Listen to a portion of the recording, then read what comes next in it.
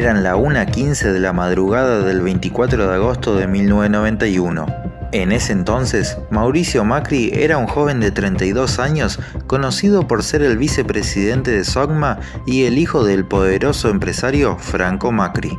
El perfil de Mauricio encajaba con el del blanco perfecto para los buscas de la época, donde en las calles reinaba el secuestro express. Esa noche, mientras caminaba a paso sereno y algo distraído hacia la puerta de su casa, ubicada en Tagle 2804, una piña en la cara lo sorprendió. Uno de los 3 delincuentes lo tomó del cuello y lo empujó hacia el interior de una camioneta Volkswagen blanca, en la que lo esperaba un ataúd.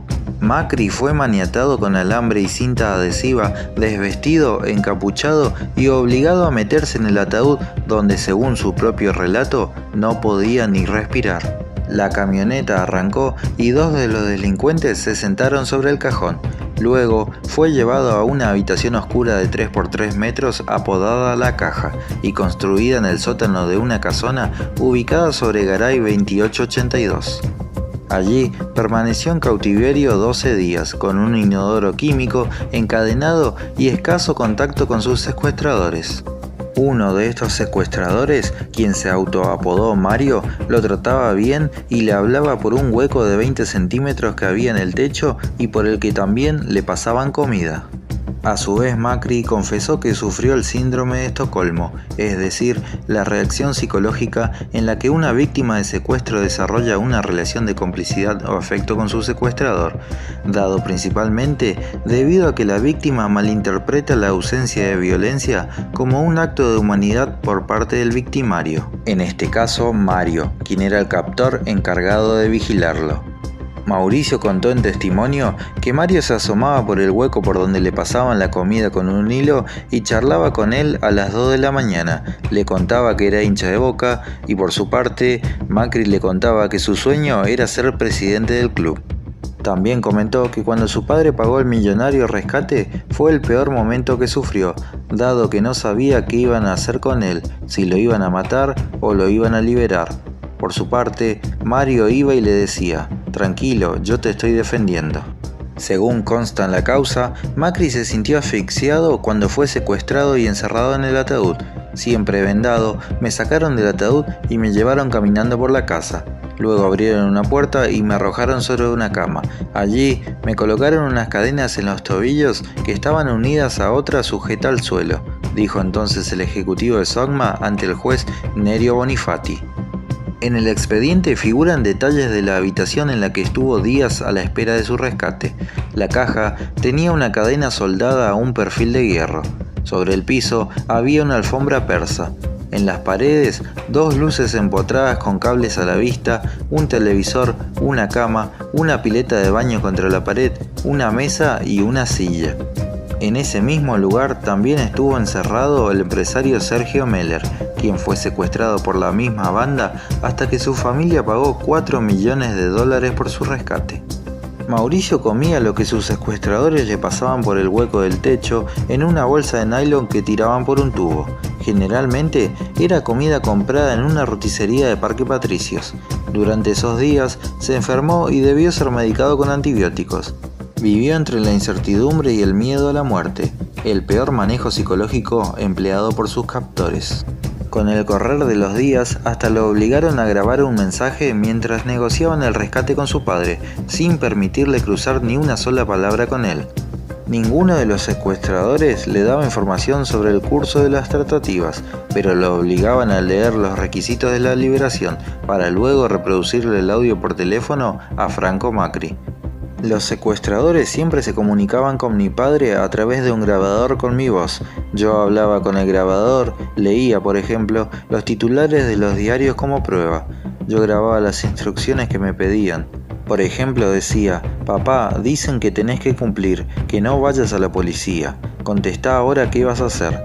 Mi papá respondía y ellos escuchaban, pero nunca hablaron una palabra con él. Todo esto confesó Mauricio en una entrevista que dio la revista Noticias tras su liberación.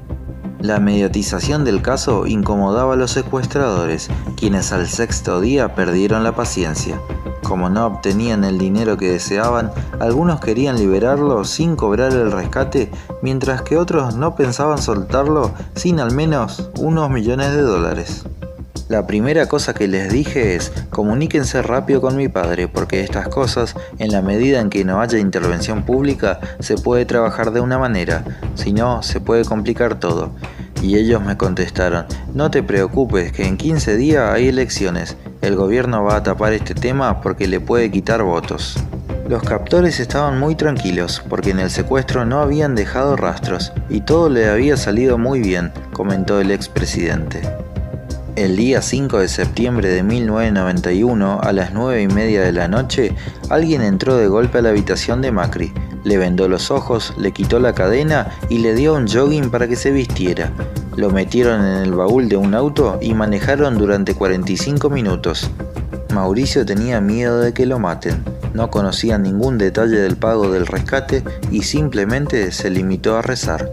Fue Mario quien lo ayudó a salir del baúl del Dodge 1500 y le habló calmo, le dio plata para que tomara un taxi y le enseñó cómo debía desatarse las manos y le aclaró que solo podía sacarse la venda de los ojos una vez que ellos se fueran. Macri caminó en dirección contraria al auto, se desató los nudos de las manos con los dientes y esperó sentado en un cordón a que el auto de sus secuestradores se alejara. Estaba cerca de la cancha del Deportivo Español, en un descampado de la autopista Richieri y de Lepiane. Tomó un taxi y fue hasta Florida y Paraguay. Eran las 2 de la madrugada. Una vez en el taxi, Macri le dijo al conductor que lo llevara hasta Ocampo y Eduardo Costa.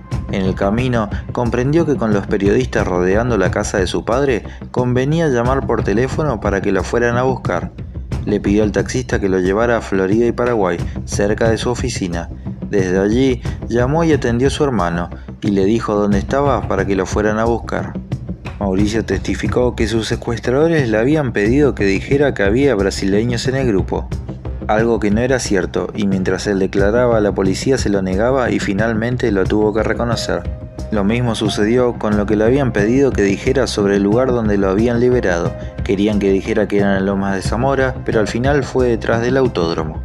Con esto, los captores buscaban despistar, por un lado bandas brasileñas y por el otro vinculación política, por Duhalde, ya que era de Lomas de Zamora. La idea de los secuestradores era liberarlo pasadas las elecciones, pero Mauricio aprovechó la relación que tenía con Mario y lo convenció de que lo liberaran antes. Mario se fue, habló con los demás y volvió para decirle a Mauricio que habían hablado y que decidieron que se fuera al día siguiente. Luego de hacer el llamado telefónico desde su oficina al microcentro, Macri esperó a que su hermano lo fuera a buscar. Llegó a su casa metido en el baúl para no ser visto por los periodistas. Luego, una vez ya instalado en su casa, Mauricio se enteró que su padre había pagado 2 días antes los 6 millones de dólares que los captores le exigieron para su liberación. 2 meses después, la División de Fraudaciones y Estafas de la Policía Federal desbarató a la banda de los comisarios y encontró parte del dinero, más de 2 millones de dólares, que se habían pagado en el rescate.